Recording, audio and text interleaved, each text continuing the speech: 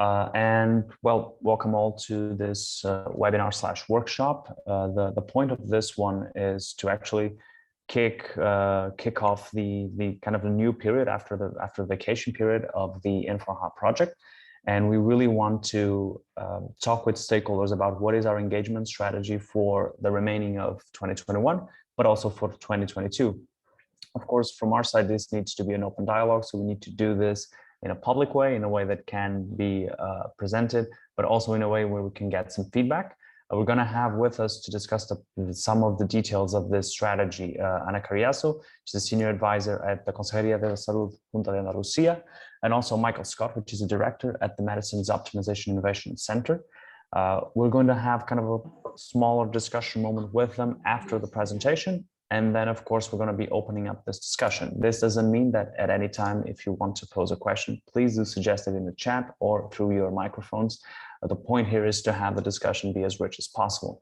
But basically, this is it. In terms of also warnings for this webinar, like I said, all of the materials, the discussion notes, and the recording will be shared afterwards. So you don't have to worry. If you have to leave early, you don't have to worry about it. It's totally okay. And of course, this is a discussion focused webinar, as I said. So whatever is the model that you chose to participate, please do participate. Would it be in the chat or through just talking and being here with us and commenting on any statement or any part of the strategy, please feel free to do so. I will then start the presentation of our engagement strategy of the IN-4-AHA consortium.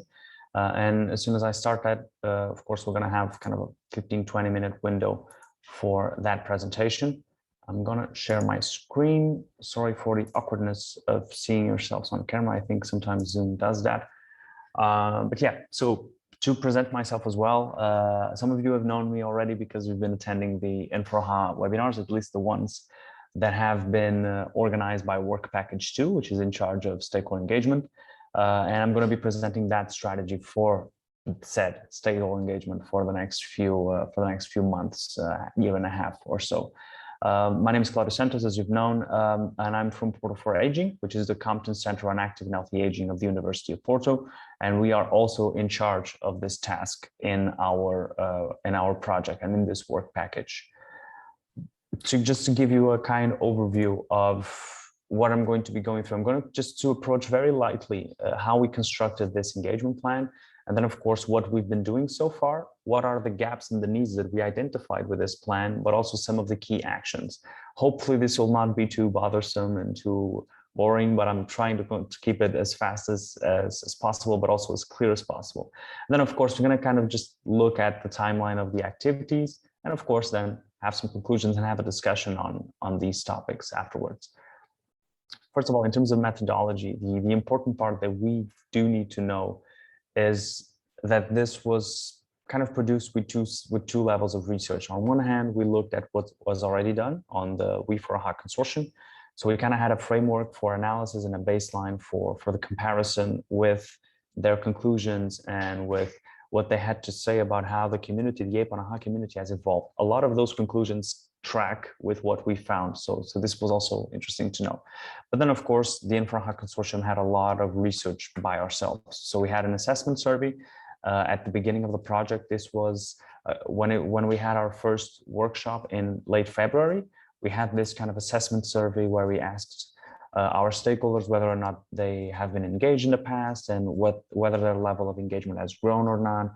What was their engagement with the network, if it was reference sites or if it was an action group and so on. So this was kind of a survey that we did. We had around 180 responses to it. And this was also a primary source of information for us. Then, of course, there's the IN-4-AHA database. This is the database of our community, of those who have signed up to receive information, to be in our webinars or workshops.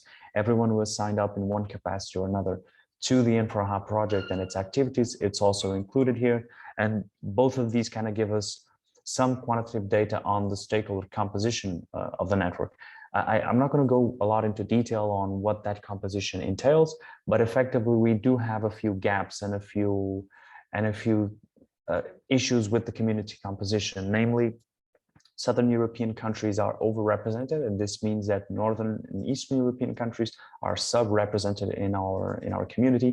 And also, we also have a higher level of policymakers, research and academia, and kind of public sector or education or policymakers in that community. So this means that innovators, business environment enablers, for example, such as tech clusters or incubation structures, but also investors and funding organizations kind of are underrepresented. This is also something that happened with IN-4-AHA in the past.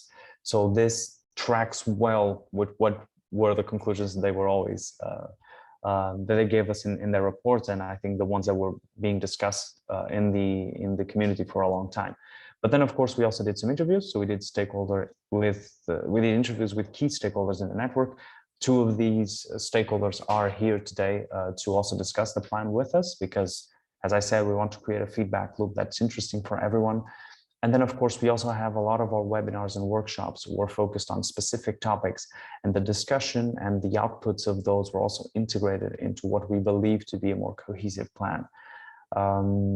Another important part of it, and it's also that what we've been doing so far is not necessarily in this strategy. I mean, some of it will be repeated, but a lot of what we've been doing so far, it's essentially down to what the project, the IN-4-AHA project, kind of requires. And we kind of had four main activities. One of them are webinars and workshops. So we have already organized 11 distinct workshops and webinars. This is across work packages. So it's not just the ones that are focused on stakeholder engagement and a few like stakeholder relevant topics, such as work package 2 does. We had around 782 non-unique participants. So this means that we had 782 points of entry, so to speak, for our stakeholders. This will continue during the remaining of the project. This is something that we need to do. We need to do monthly webinars and workshops. And what we are doing now is trying to get themes and the topics as close as possible to what our stakeholders are interested in. Then, of course, we also had the Good Practices Month. This was an initiative that was kind of a moderate success for us. We had 14 good practices across 7 different stakeholders in a very short time span uploaded to Futurium. Of course, we want this to be bigger. We, of course, wanted all of it to be bigger. But it was kind of a first test, and we want to repeat this activity throughout the year. But we do also have an idea of an impact. So we kind of have a measure of impact. We had an increase of signups in Futurium from around 263 to 322 users in the groups, in the working groups, the subgroups that we have dedicated to active and healthy aging. We also reached out to key networks in the meantime. We had meetings with the RSCN, with the previous action groups, the IN-4-AHA action groups, and the working group on sustainability. We've been engaging in collecting a lot of feedback, planning initiatives, and trying to present the project as actively as possible, although, of course, there are points of improvement here. And then, of course, there were many other activities: an open call to validate technological solutions, a survey for service providers, and of course, a transition activity that we needed to have former IN-4-AHA stakeholders that were in the previous database, which we cannot use, so we cannot use that database to sign up for our new project, for the new mailing list. But this was just to give you an idea of where we're at. So this is what we've been doing. And according with the plan and with all of these activities, with all of the interviews, with all of the composition of the stakeholder community, all of this analysis, we identified 4 key gaps: networking opportunities, knowledge sharing, policy making and recommendation channels, but also funding issues and EU projects. In this sense, try to take this more as like cooperation or like matchmaking issues. Of course, in terms of networking, it's also important for us to highlight that we already have planned matchmaking events in the project. We already have twinning schemes to be launched later in the year. And of course, we want to enhance the direct engagement with stakeholders from those underrepresented groups. So Northern and Eastern European stakeholders, and of course, the stakeholders that are more on the private sector, on the solution side, on the supply side, so to speak. Then, of course, in terms of knowledge sharing, we want to keep promoting Futurium as a good practices sharing platform. So Futurium, for those of you who do not know, is kind of a networking matchmaking platform that exists. I mean, it's more about knowledge sharing, not so much about matchmaking, but it's kind of a social network for European stakeholders. We want, of course, to enhance its capacity to have good practices. As a lot of you know, the previous good practices from the IN-4-AHA portal and the IN-4-AHA repository, they were kind of lost. So we kind of need a way to both transition them into Futurium, but also to have stakeholders share their good practices there. And then, of course, we need to feature more success stories, be it with the RSCN, be it with other key European projects, but using our webinars as a source for that. Last, in terms of, not last, but in terms of policy making, we need to make the best of the network's policymakers. This is one of the strong parts of the network, is we do have a lot of variety in terms of policymakers, and we need not only to involve them in our activities, but also using them as ways to have recommendation on key documents, on key strategies, on key problems in this community. So this is something that we haven't done. We still haven't had a process to have that consultation happen with policymakers. And this is something we want to enhance in the future and kind of spearhead that initiative in our own community as well. But also Futurium, collecting and updating former IN-4-AHA tools. So we need to have more on that. We need to have those recommendation channels working. Lastly, of course, in terms of matchmaking, we do want to leverage existing events, existing initiatives to help stakeholders find financing, or at least find other stakeholders who can apply to financing opportunities, to EU projects, to cooperate. So we do want to enhance matchmaking, not only in terms of events, but in terms of processes, in terms of the way that it can work on a very organic level. In terms of networking, and now we're going to go over kind of some of the key actions in this plan.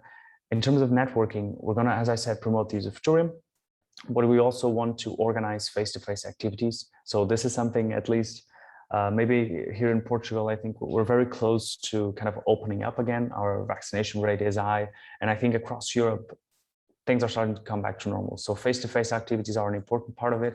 And we do want to have key events, key face-to-face activities to which stakeholders can attend.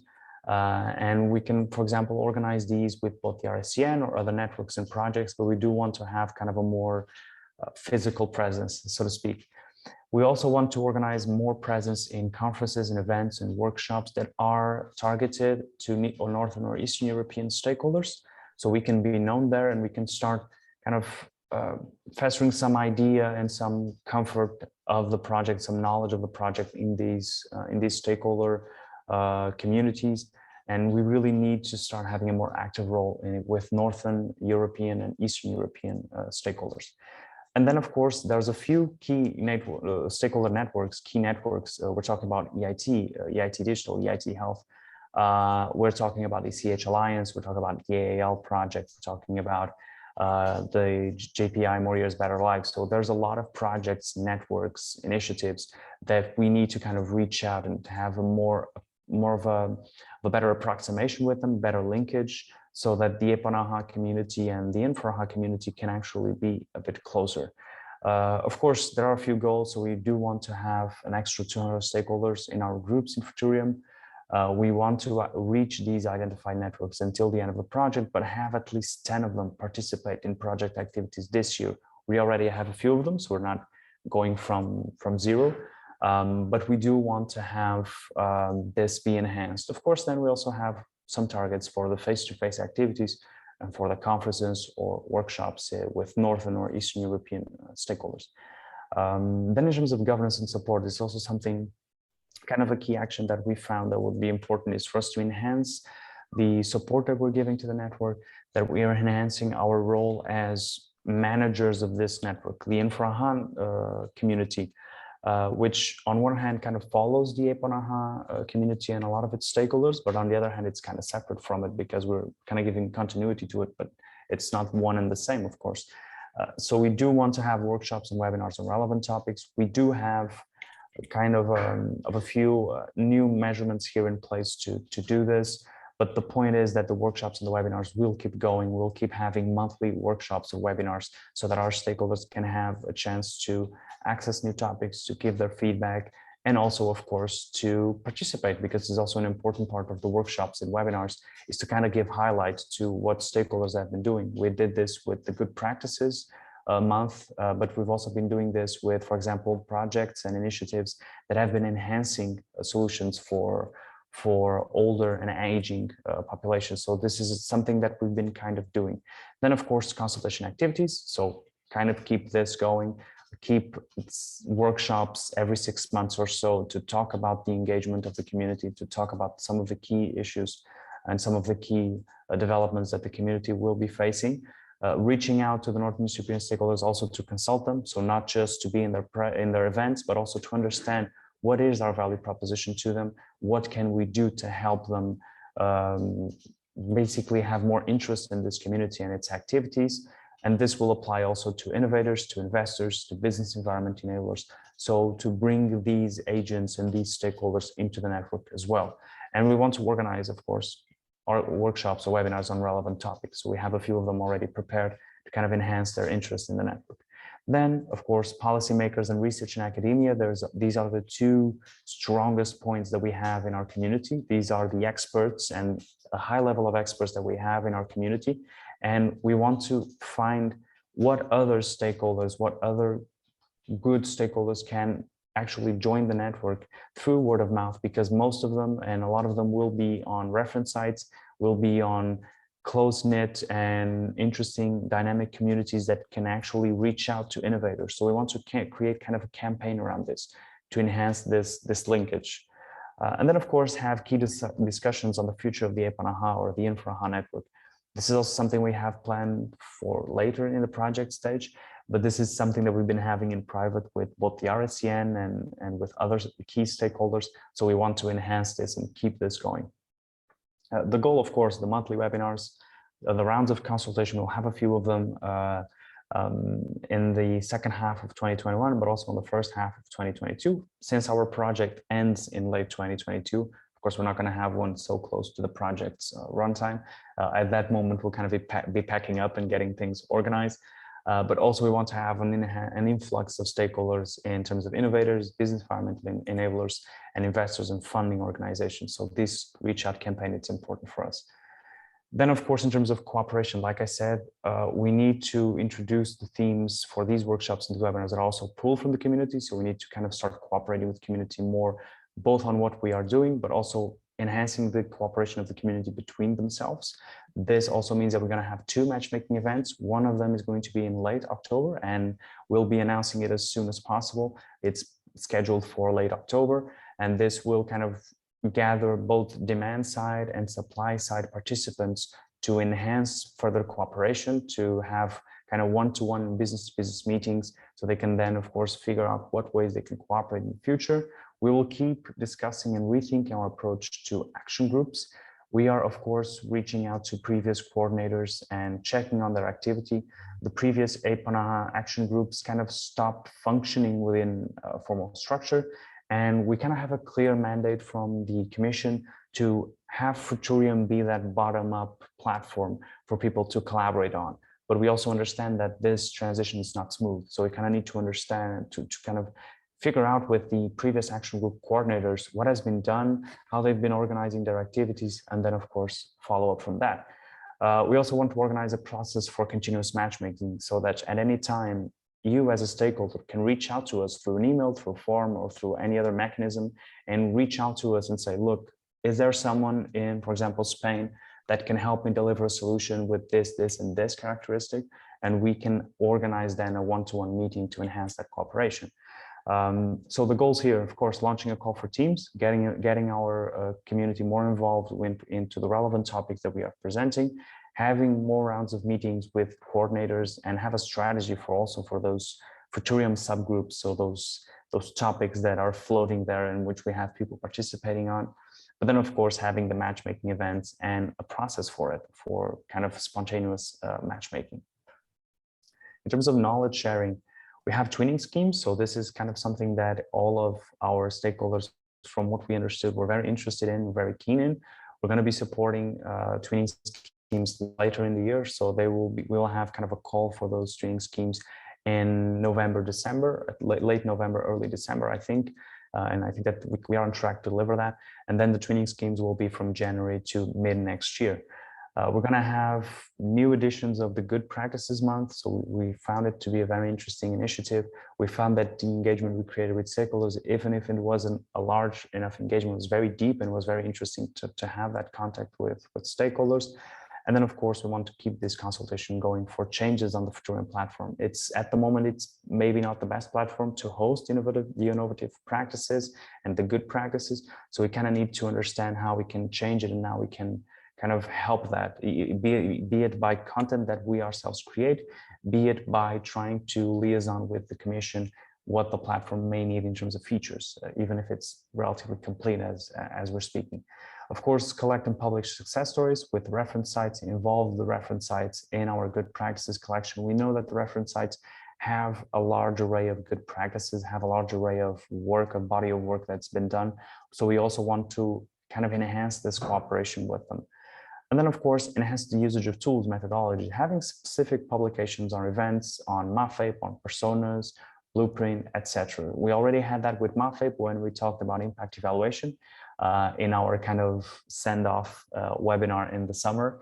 But we do want to do this for other parts of other tools and methodologies that exist there, not just IN-4-AHA ones, but also generally everything that can be applied to active and healthy age. And then, of course, not only do we need to enhance matchmaking, kind of a private manner of matchmaking like one-to-one, but we also want to create a campaign around stakeholders posting collaboration opportunities on Futurium. Futurium can be an important part for that. The goal, of course, launching the call for trainings late 2021. So we are going to be supporting 10 innovative practices throughout the call. These innovative practices need to belong to reference sites. So that's a sophistication that we have on the trainings. This is by mandate. So this is by the project proposal, but we do want to have the support of 10 innovative practices in the call. Then, of course, have 2 workshops, one to discuss the call, to kind of present the call, to have a good reflection on the process before launch. And then, of course, another one to reflect on that, so to understand both with the RSCN and with the participating reference sites, what were the key success factors or the key non-successful factors of that call. Then, of course, Good Practices Month, one in late 21, one in early 2022. We're trying to kind of do this, trying to decide the best date for it, but of course, another one in mid 2022. So we want to have at least 2 more of these. Organize a survey for Futurium, for feedback, for consultation, having joint workshops and joint campaigns, but also a recap of the IN-4-AHA materials that will be delivered. The IN-4-AHA project is also creating kind of a toolkit. So we want that to be delivered as well. We want those previous materials to be delivered and to be on top of mind once we are also discussing our own sophistication and our own, I will not say improvement, but our own take on a lot of these tools. In terms of policy, I'm going to go through these last 2 categories relatively quick, but we want to have a key consultation process organized for the community. So we want to, whenever there is a key document or key strategy input that is needed from European stakeholders, we want to have a role in organizing our community around that topic, to kind of enhance and have a process for the consultation to happen, to pool your suggestions and your improvements and your concerns and have them delivered to the EC. We want also to have workshops discussed and discussions targeted at revising policy and existing models on scaling up. This is something we'll be doing with Work Package 3, which is dedicated to kind of rethinking and improving the current scale-up model for active and healthy aging innovation. But we also want to connect with policy discussion interest groups. So we want to bring some of the results to the network. And of course, we want to keep this connection going, and we want the connection to also even be better than it is already. So like I said, the sporadic consultations, having a process for that consultation procedure whenever there's a key document, and then of course having these workshops and connecting with the relevant policy groups. So it's not much difference there. Lastly, in terms of communication, so we want to have regular updates on this plan, on what we're doing. This is kind of the first part of it.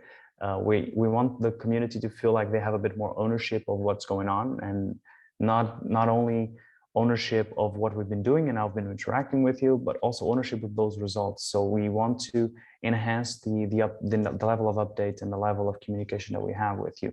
We also want to have presentations on key deliverables, even if these are not public deliverables. So a lot of our deliverables will be public, some of them will be private, but we do want to find ways where either in the private ones, we can bring them out and discuss them with you. The stakeholder engagement plan is one such example. It's technically a private deliverable of the project, but we did want to bring you some of the key actions, some of the key parts of it, not the whole document, but at least kind of an interpretation of that and filtering it out so that it can be interesting to you and we kind of can publish these results and have your feedback on them. Of course, we also want to do this both with our website, but also with Futurium. So we're going to keep publishing webinars and workshops and trying to get that out there so that all stakeholders can look through them and all stakeholders can actually participate in the conversation. And then this is kind of a thing that this is kind of a problem that happened within the previous transition, which was that the database was lost due to GDPR and due to the fact that we kind of had a clean cut between the previous project and this new one. But we want to create a strategy to guarantee that the stakeholder database and that the community is not lost, or that we don't have to have convoluted transfer processes in there. So we do want to create a process that is very GDPR friendly and that can have an impact on the next CSA. So they don't have to start with the community kind of in turmoil and not understanding whether or not people are transitioning to the new database. So we kind of want to have that a bit more clear and a bit more concise. Just to give an idea, I'm not going to go through a lot of this timeline, but we do have a few choke points in here, namely in terms of this year. Like later this year, we're going to have a lot of activities. And then, of course, mid next year, so May, June, and July, we're going to also be having a lot of activities. These are just kind of for you to have a visual idea on how a lot of these strategies and a lot of these actions will play out. As always, of course, you will have the PowerPoint afterwards. So I'm going to be sharing this PowerPoint with you. So if you do have a question or if you do have a contribution or a cooperation idea, please do send us an email with that, and we'll be keeping that open, because the document, the stakeholder engagement plan, is about having a clear roadmap moving forward, but also having a feedback loop, having something that will be iterated upon. And this were kind of the three principles in which each was developed, which is research on one hand, having a good idea of what our community is doing, consulting with them directly, but also planning ahead and planning and replanning as well. With this, of course, we are trying to build a more diverse and more cohesive network. We want to tackle these European priorities. And we want not only the IN-4-AHA stakeholders to have a home in the IN-4-AHA community, but also in the upcoming years to have a very active community going on. So this will be reviewed, this will be adapted. This is just kind of our first version. So if you do have suggestions, questions, and so on, we'll now be having kind of a discussion time with both Carriazo and Michael Scott. And please forward us our questions. And then afterwards, we're going to be opening up the discussion also if you want to participate. So I'm now going to stop sharing my screen because it's very claustrophobic to be looking only at my PowerPoint and not at you while you are commenting. We already have a few comments here, but what I do want to start off, and I'm going to ask Anna and Michael to turn on their microphones because we're now going to kind of start the discussion part of it. First of all, I wanted to ask you what activities, what actions do you think can be fitted into the project that they don't necessarily have to represent a budget concern? So what actions can probably enhance networking or knowledge sharing or any of the gaps identified? I mean, what are your ideas as well for this? You go first. I can start. I think, thank you very much, Cláudio, for this opportunity to strengthen the community. I think it's the final goal, to have everybody engaged and connected with the help of IN-4-AHA, and to continue the work done that started almost 10 years ago within the European Innovation Partnership, Active and Healthy Aging. It's a very broad community with different levels of engagement. And I think one of the big gaps is the gaps that we can find is that the level of engagement of the different agents participating varies along the time. So maybe you have some entity very interested at one moment, and then the next term is not so interested, or is not such a priority. But having a common understanding is very important, and the publicity and the way the IN-4-AHA is approaching this engagement plan, I think is, and sharing it with all the community is very important. Also, and we have been discussing internally, Cláudio, and with the whole RSCN community, we plan to launch a new call of reference sites in collaboration with the IN-4-AHA and with the support of the Commission. We're still discussing, we have a preliminary work that is similar to the previous calls, and it will be, I think that the engagement issue is a very important one, and to continue and to have the linkage. I think also the transitions between the different CSAs that have been supporting the EAP on AHA community in general could be improved for the future. Yeah, we felt that as well, so it's totally true. It's totally true. We all have been facing all these, the requirements of the GDPR is a must. It's not that we are not going to follow it, but it's very important to continue. And I have other comments about the platforms to do so in the Futurium, or maybe because there is a health policy platform as well, where most of the activities, the EIP and AHA and the different activities have been producing and trying to share the information and the good practices or bad practices. I mean, it could be practices in different aspects in different platforms. As you know, Cláudio, we tried to retrieve the repository. It has been very, very complicated and it's not possible. And the initial, or the EIP, have both activities regarding innovation in health and the scaling up and introducing new digital or medtech innovations in the healthcare system, but there are also policy alternatives or soft measures or programs or plans that are not so well fitted into the Futurium platform, but maybe in other platforms, and of course within or different web pages and how to connect with the different networks that are involved. So, well, I will stop here because we can talk about other opportunities, and I'd love to hear Mike again. Lovely to see you again, Anna. Yeah, I'd echo what Anna said, but I think also we could maximize the current membership of the IN-4-AHA. We all would have different connections within different networks. You know, for example, in Northern Europe, we tend to have a number of connections in that area, and also Eastern Europe. So I think all colleagues on the call equally well could do that. So there's perhaps something we can do within the grouping to identify folks that would fit the gaps that we've identified through the consultation process. And similarly with other colleagues in the commercial sector. I know we've worked closely now with Isela from the Galicia Health Cluster, etc. Yeah. So entities like that we could connect in with, and also again at the different entities policy level, we work closely with the government here in the province and link that into policy, so others could do that. So I think that would be a good way, maybe we would be quite straightforward way to identify gaps and then bring those people together in perhaps a workshop and inventing allowing to see what is going on, how they could actually contribute and expand that grouping. And the other area, which again you'd mentioned, was funding. Obviously, there's a lot of potential work going on that we're involved in for active and healthy aging.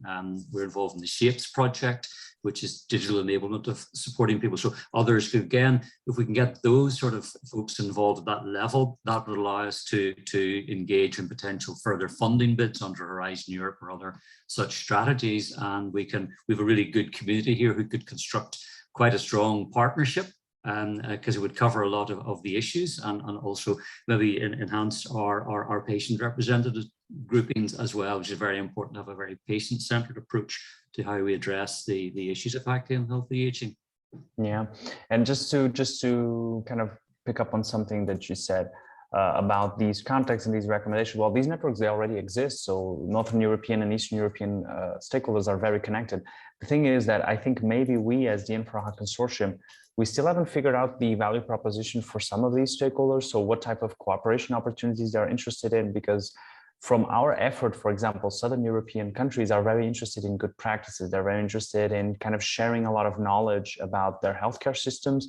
Some of them are relatively similar. They're like public attendance systems. So they kind of have a lot of interest in sharing these initiatives, keeping costs down, but also kind of having the most for each euro spent. But for example, from your side, what do you think maybe we are lacking in terms of these private companies, these innovators, these investors? That what do you think they would be interested in joining such a network? Is it just for the cooperation opportunities and the funding, or is there anything else that maybe we are missing? But I think we work with the private sector. We would have an agreement, for example, I'll be a little bit insular and talk about medicines, which is what you would expect me to talk about. We would have an agreement with the pharmaceutical industry. Now with the Department of Health, so we would then devise projects which would be mutually beneficial. So you can create that environment where you're actually improving the health of our citizens, but equally well developing new solutions or better use of for example, medicines or better technologies that will support that. So I think there's a win-win in that scenario, in that we're developing the economies linked to where the SMEs come from, but also delivering patient-centered care and improving care pathways. So I think on that basis you can achieve the sort of the quadruple aim of what we're actually doing. So I think that's the offering. And I don't think the Northern Eastern European would have similar ideas in terms of learning, sharing good practice. I don't think that would differ. In our experience in the medicines world, that we would find similar asks or maybe it's just a question of we're not communicating effectively through the right channels to those stakeholders. I think it's more of that, Cláudio, and I think we could do that. Yeah. Okay. I don't know if Anna wants to add something. Yeah, I think I mean, the process of the bridging between SMEs and startups with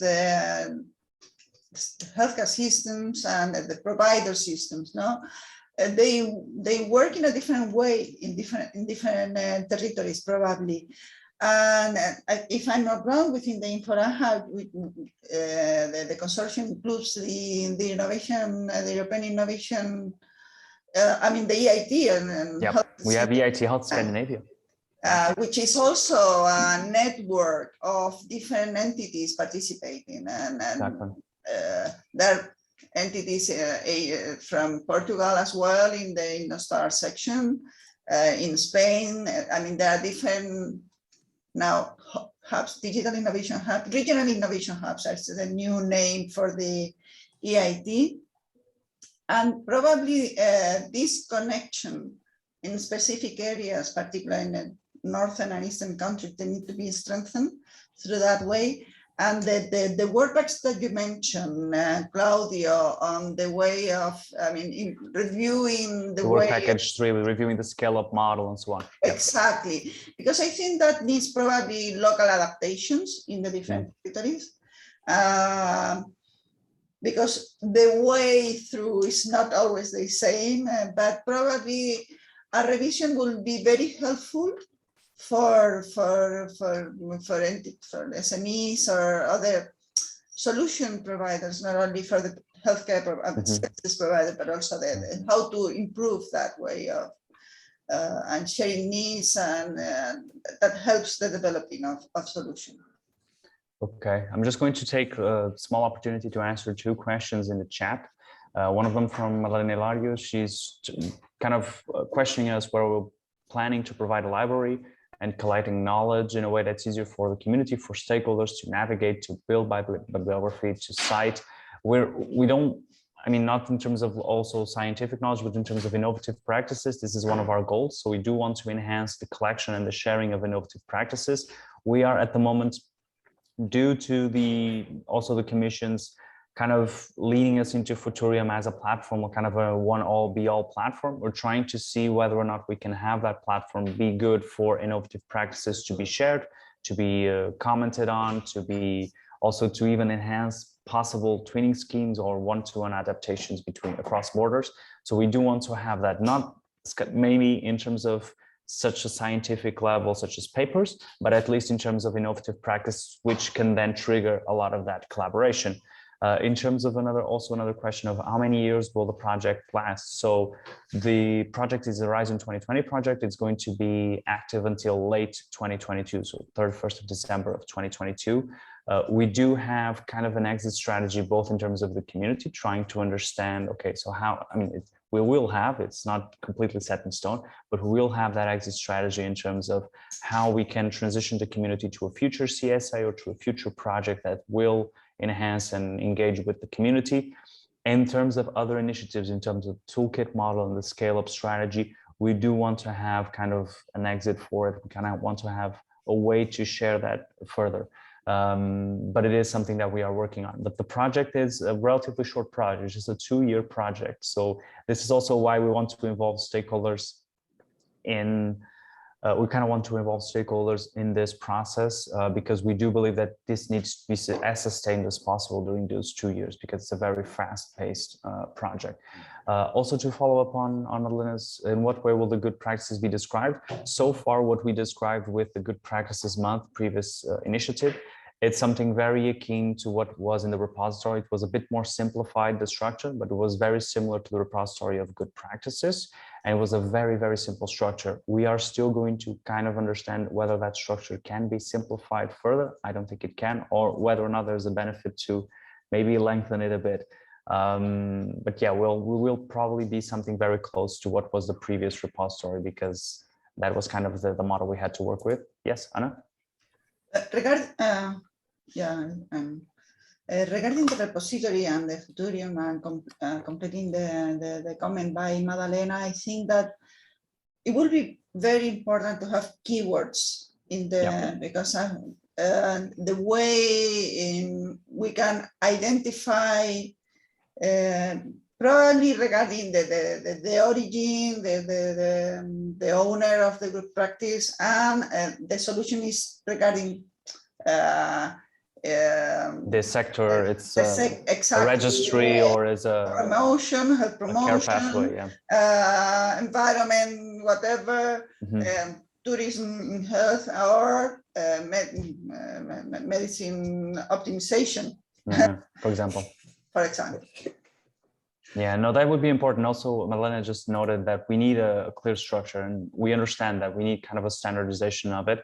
As a consortium, I mean, the model that we have is very close to the repository of innovative practices, and that's probably something that we'll be using. But it is very important to have that standardized, and more than that, it's very important to also get previous innovative practices that have been stored into the repository and get them into Futurium. We kind of tried that with the Good Practices Month. A lot of these good practices were already existing. They were either continuing, or there were previous good practices that were into the Futurium platform. But that's also very important, is to kind of preserve that legacy of innovative practices, because it's frankly, it's been lost. I mean, we don't have the repository anymore, so we need to find a way to have something there, to have something in Futurium. Yeah, so this also another thing that I was wanting to ask you is regarding these networks. I mean, we're talking about EIT Health Scandinavia. We're talking about, for example, the RSCN. What do you think are the key aspects in enhancing the cooperation with these networks? What do you think these networks may be looking for in connecting with, let's be honest, a very smaller network such as the IN-4-AHA community, because we're not that big in this moment. So what do you think may be a key points in cooperating with these networks? I don't know if Mike wants to start, or you want to. Yeah, no, I think we'd want to identify, you know, what are the key, I think the issues we all face with that are similar. So I think we would be offering what are the sort of key thematics we're looking at within the whole range of issues in terms of maintaining active and healthy age. I think that's what we would be sort of an ask in terms of what would they be seeking, as well as what we can offer in terms of the range of skill sets we have. And as Madeleine was highlighting, all of the material we currently have on a thematic basis, which would link, you know, in terms of what policymakers in those countries are seeking, as well as the service providers, and also on the commercial side. And I think if we can match in that sense, then that, you know, we have thematic areas, maybe that's how you would structure the repository and things that we've been doing. Then the colleagues in other countries then can identify with that, and then how we can bring those together. I think that's how I would try and do it, match it in that sense, because we'll have similar, hopefully very similar issues, but as Anna was saying, maybe different approaches in order to address specific goals. So I don't know, Anna, if you want to add, because you're also kind of representing the Reference-Site Collaborative Network. I have a double hat here, exactly. But I think that we're under the same framework of goal. I mean, promoting active and healthy aging, to promote health and well-being throughout the life course. Not only it has an initial focus on the elderly, but you have to start from the very beginning. So I think that the way different networks, they have different probably particular interests, but they have a common goal in a sense. And the way of most networks wants to collaborate, to exchange good practices. I think that the twinning scheme within the IN-4-AHA and within all the CSAs that we had, and I will speak from my both hats, and particularly from the one in Andalucía, had been very, very important to learn from others that have been doing things in a better way. So the twinning, both in both sides, in the learning and showing, because it forces you to organize, and the way you present what you do in a regular way. And facilitating the way to facilitate the scaling up within our own networks and together. I think if we work in collaboration, this scaling up process multiplies. It's not adding, it's multiplier with all the different participants. So I think, from my perspective, I think we need to both to collaborate, to work together hand by hand in the way. While you have I mean, I know IN-4-AHA will have an ending point, but there are different stakeholders that will continue, and we could share also repositories and the information. And you were mentioning, I mean, I think this is very important, the list of the people involved, and we are trying to, I mean, we have our contacts, but we will update it then with a new call for reference sites. So that's another issue that we can.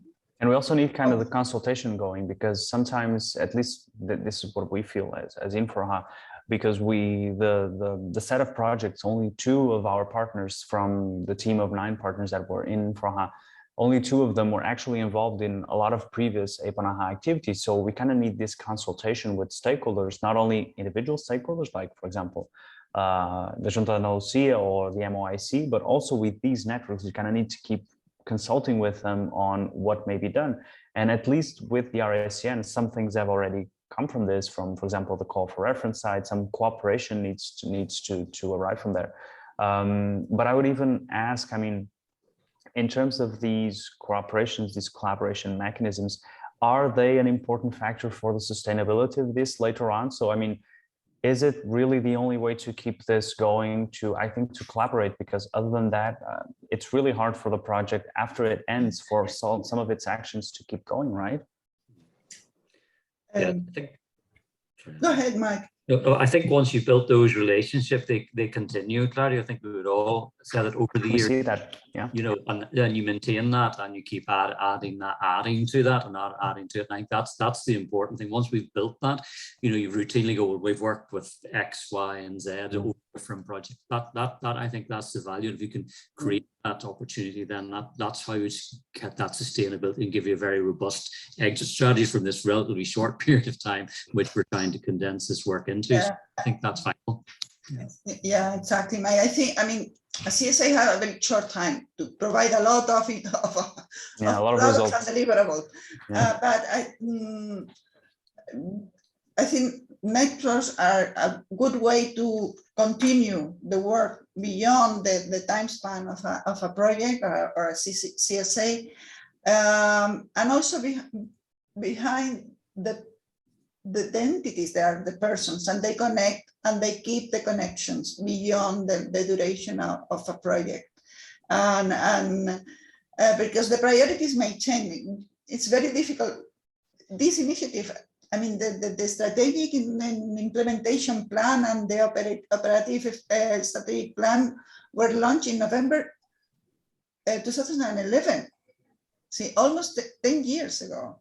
So, and after 10 years, there's people are keeping on the same priorities, but probably different entities. I mean, I'm here more on the policy side or on the regional government.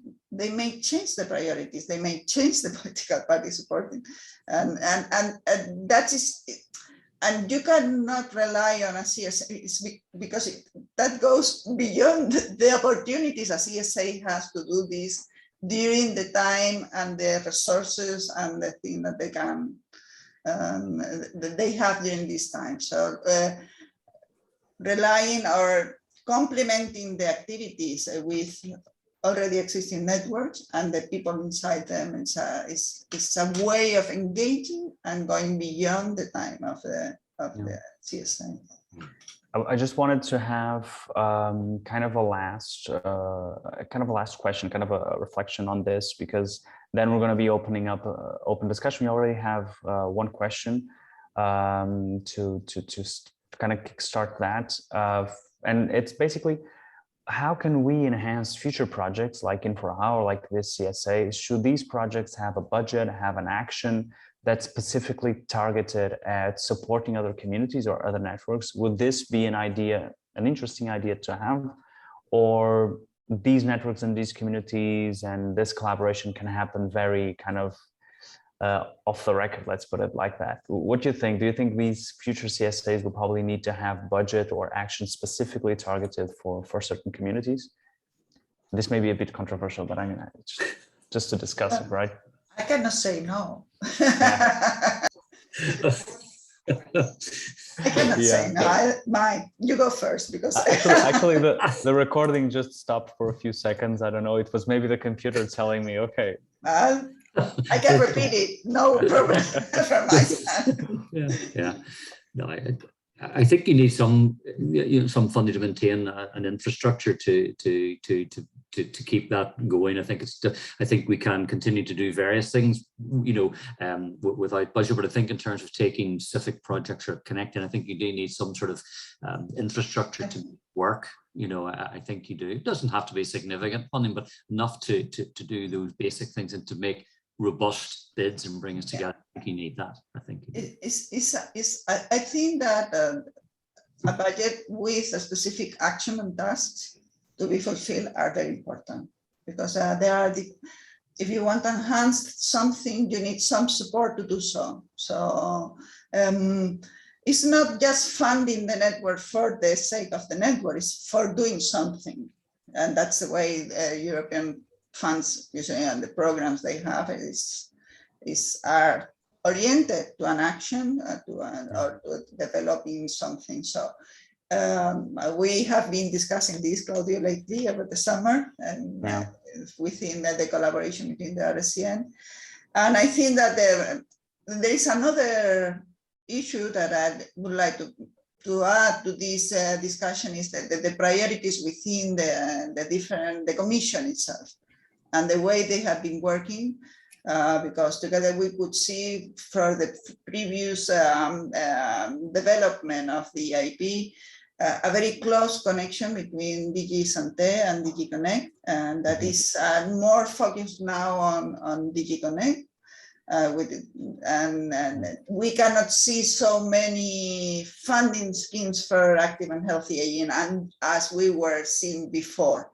So it's not the problem of the CSA. The IN-4-AHA is a wider vision and from the Commission on supporting these kind of lines and activity beyond not only promoting the innovation and the scaling up and the access from SMEs and products to the service, but transforming that. I think we are at this moment, we are in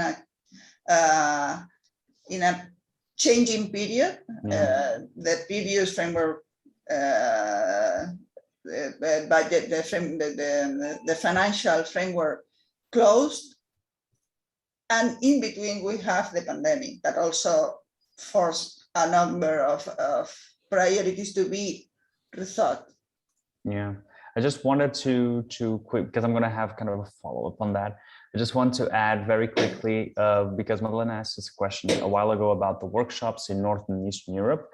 We are covering the whole EU. It's just that we want to have some very specific targeted actions at Eastern Europe and Northern European stakeholders, because we need to enhance our kind of place of mind there. So it's not so much that we're not going to cover, we're going to keep covering all of the EU and all the stakeholders. We just want to effectively kind of have a bit more of a focus there, because we do believe that's a problem in the community. We also have a few questions from Anna Pormahak. Do we already have a new list of stakeholders who are directly affecting IN-4-AHA? We have both a list of stakeholders already interacting with IN-4-AHA, which is our database. Of course, we cannot share it due to GDPR reasons, but this is also why we want to have kind of a matchmaking process, because if someone fills out a form saying, look, I think I have this need on this cross-border or I want to plan a twinning with an entity that's been responsible for this and that, we can then go into the database and set up the meeting. This is GDPR friendly as long as we ask both parties to have permission to share their contacts, but we cannot share that directly. What we do also have is a kind of a list of stakeholder networks that we are targeting as IN-4-AHA. But once again, because of the connection and how we get to that network, it's a bit more sensitive, and it depends on each partner of the project reaching and using its connections to get there. The second question, do we have a team or outcome-based networks of stakeholders working on AHA at the national, regional, EU level to continue in the future?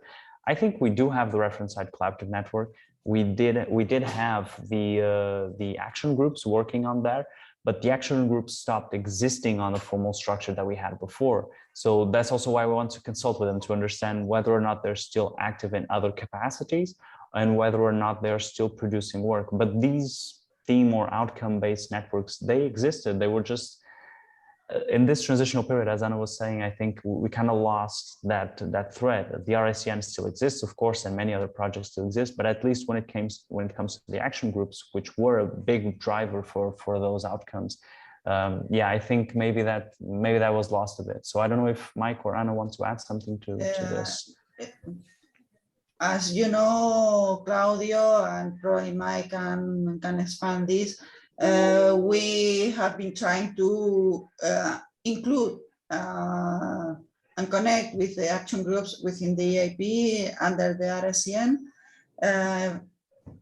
the new thematic groups and thematic networks. And so I think we have a very good connection, but because when all reference, I had to have a commitment in one of the action groups, so they have all reference. I have activities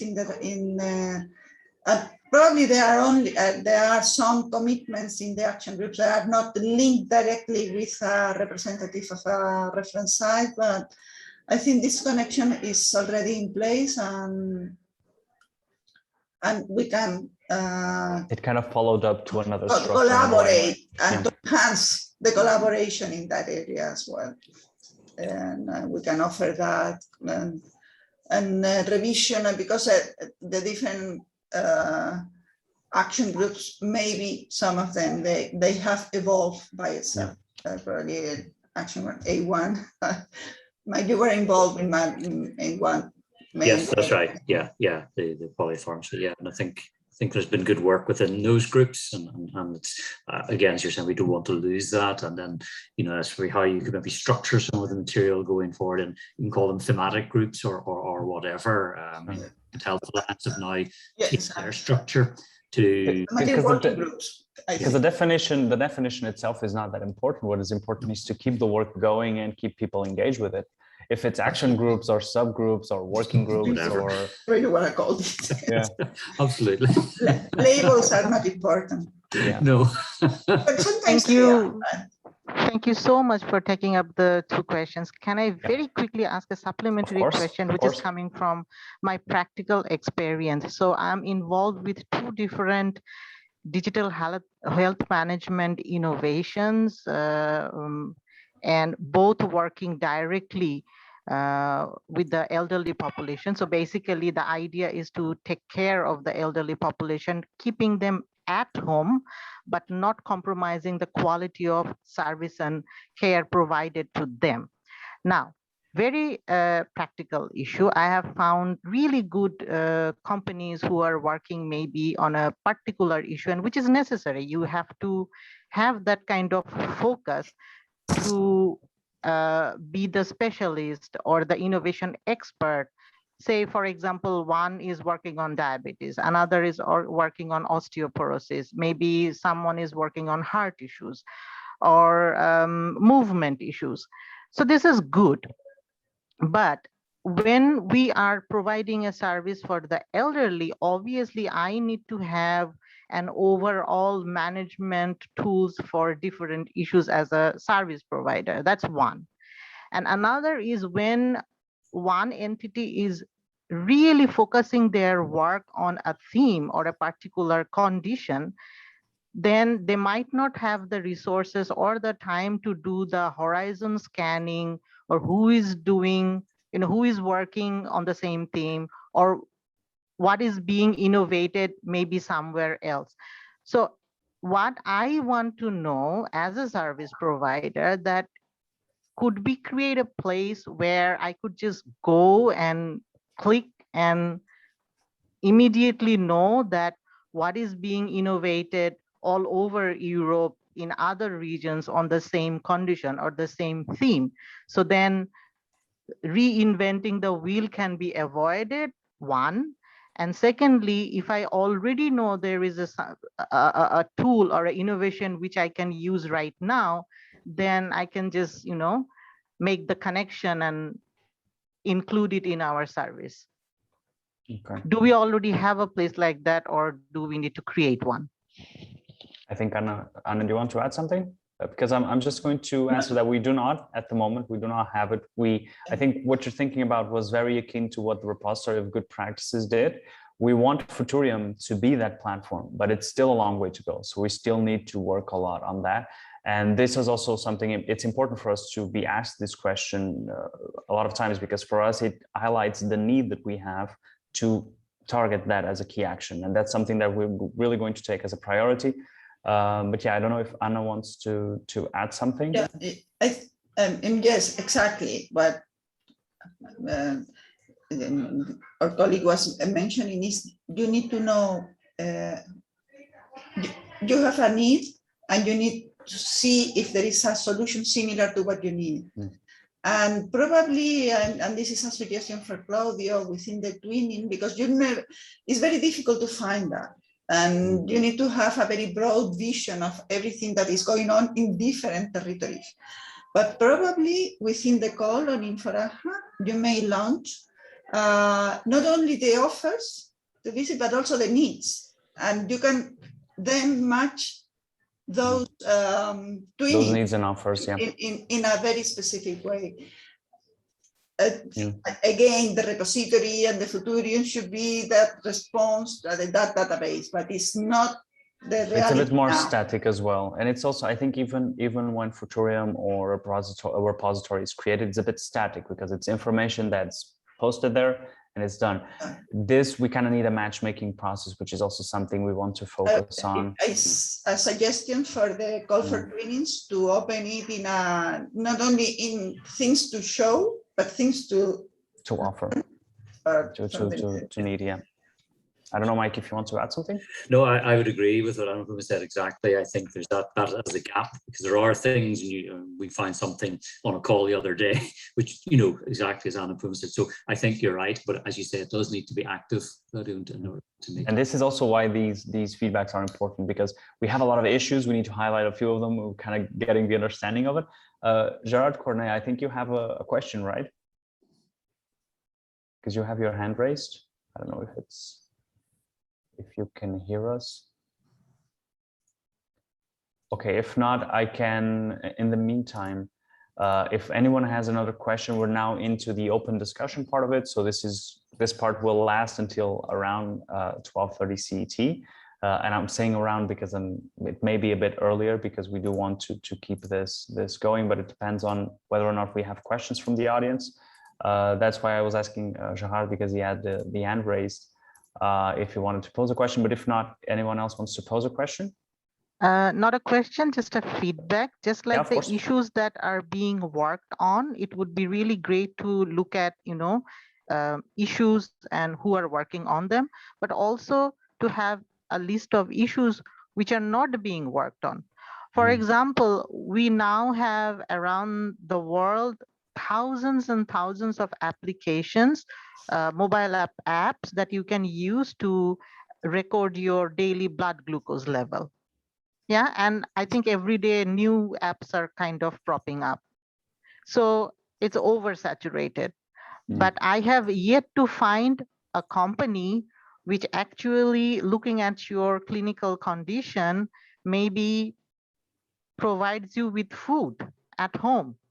If you are not being able to calculate all these, very complicated things like what you should eat and how much and when and those things. I have not seen even one at you. So like that, issues also and unaddressed gaps. Yeah, where nobody is working. So maybe if some people wants to come and work on diabetes, they can also find where there is less competition or no competition at all. Okay. No, that's very important. I think that's some of those things that are a bit in our range of sight, but sometimes we don't understand, because we're always talking about, okay, let's map gaps, and then we're going to mix those gaps with solutions. But some of those gaps don't have solutions, and they still need to be brought up. I mean, maybe because we can think about it differently. Just another question that we have is, how can we subscribe to IN-4-AHA as a stakeholder? Well, if you subscribe to this webinar, there was already, I think, a chance for it to actually subscribe to our news and updates. If not, you can go into our website, which I will post in the chat, and you can go there in the contact us section or get in touch section, and then you can put in your details and what are your interests as well, what you want to receive updates on. And once you do so, you'll then be invited to our webinars and to all of our events and actions. So I'm going to put it here in the chat. I don't know if anyone else has a question. If so, please do reach out and talk to us.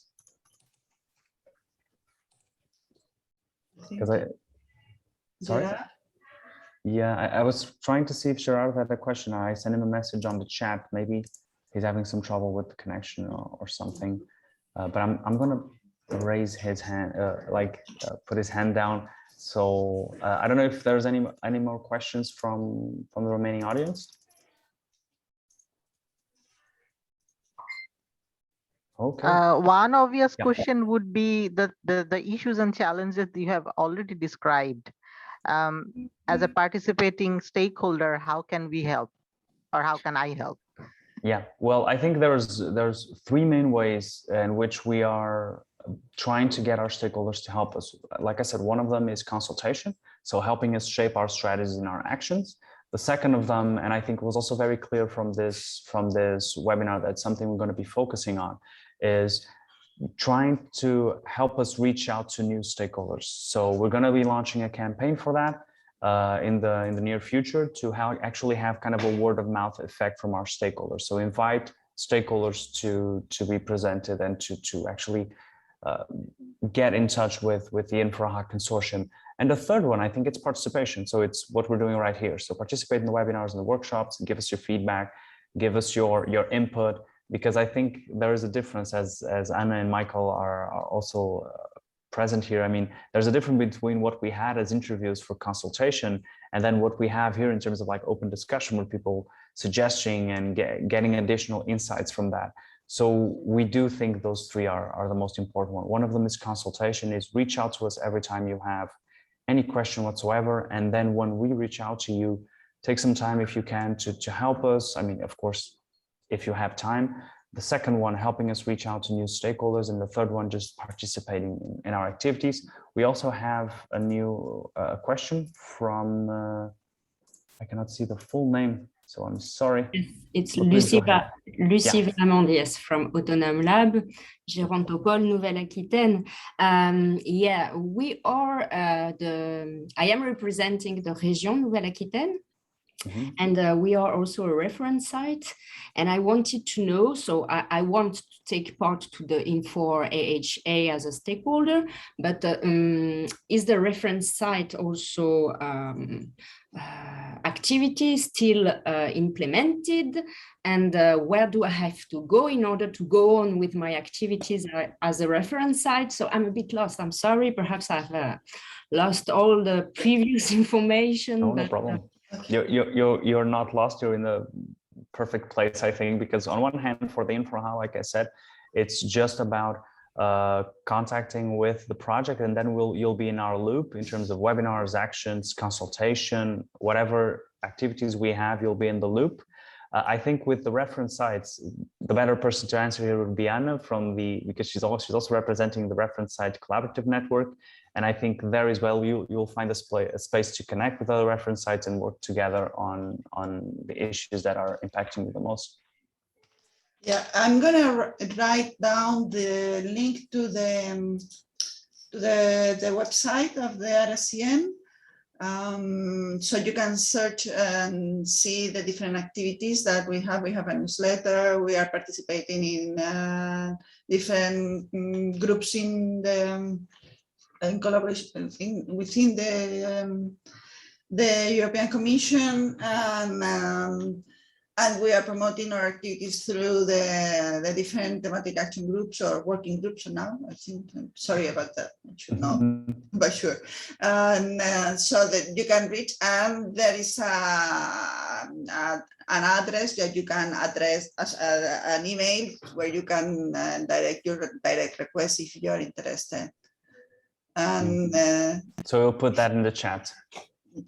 And yes, I'm just because I have opening. I'm opening the chat, and there is a comment about the new call. The new call.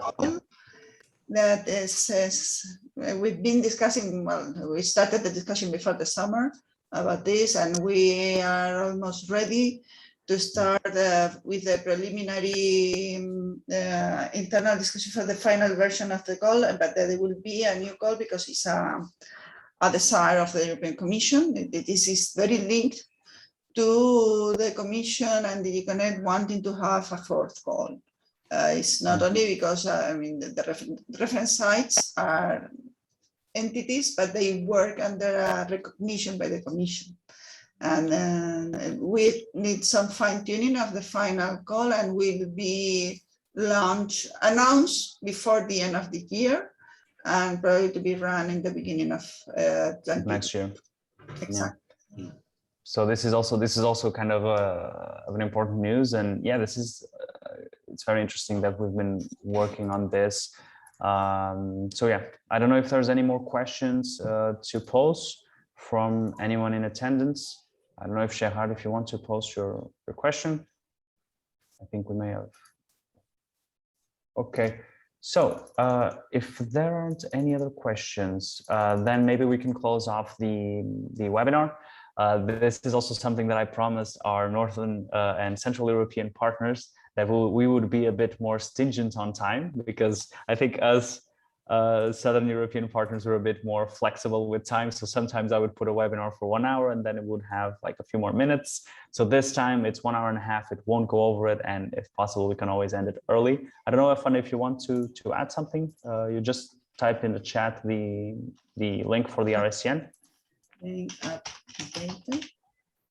Okay. And it's being updated. Oh, okay. I mean, it's very static now, and we want it to be more lively. That's it's an heritage from our previous CSA, so the IN-4-AHA, so it has, and we are evolving to a new one. Yeah, because it's now something outside of that scope. So just to one last comment. First of all, to thank you all for being here. To thank, of course, Anna and Michael for being here and helping us in this discussion and in this dialogue. Like I said in the beginning, the recording of the session will be shared. I'm also going to be sharing my own presentation that I delivered in this session. And all of this, as well as the discussion notes, will also be given to all of our stakeholders, those of us who stayed until the end and those of us who are not able to be here. So we will be sharing that with stakeholders. Of course, if you have any questions, if you have anything else you want to clear up, if you want to, for example, reach out to Michael, to Anna, or to any other stakeholder within the network, feel free to send us an email and feel free to reach out to us. Thanks once again for your presence here. And well, let's enjoy the rest of our Friday. Okay. Thank you, Cláudio. Thank you. Okay, everyone. Bye-bye. Bye. Okay. Bye-bye. Bye. Bye.